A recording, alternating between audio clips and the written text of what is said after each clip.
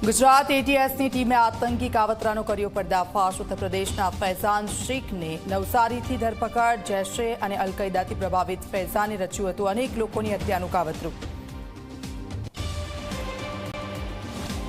સોના ચાંદીના ભાવમાં આજે ફરી જોરદાર ઉછાળો। 10 ગ્રામ સોનાનો નવો ભાવ વધીને થયો 1.65 લાખ રૂપિયા, તો ચાંદીનો ભાવ 3.60 લાખ રૂપિયા પાર।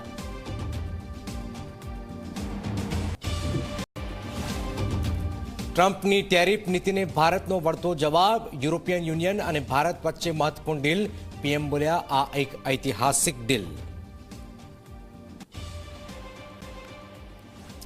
સુરતમાં હીરા સોલંકીનું વિસ્ફોટક નિવેદન। કહ્યું કે એક માર ખાય છે અને 8 લોકો મારે છે। બળનાર દીકરાએ હજુ સુધી નથી માંગી માફી। હવે દાદાગીરી તો સહન નહીં જ થાય।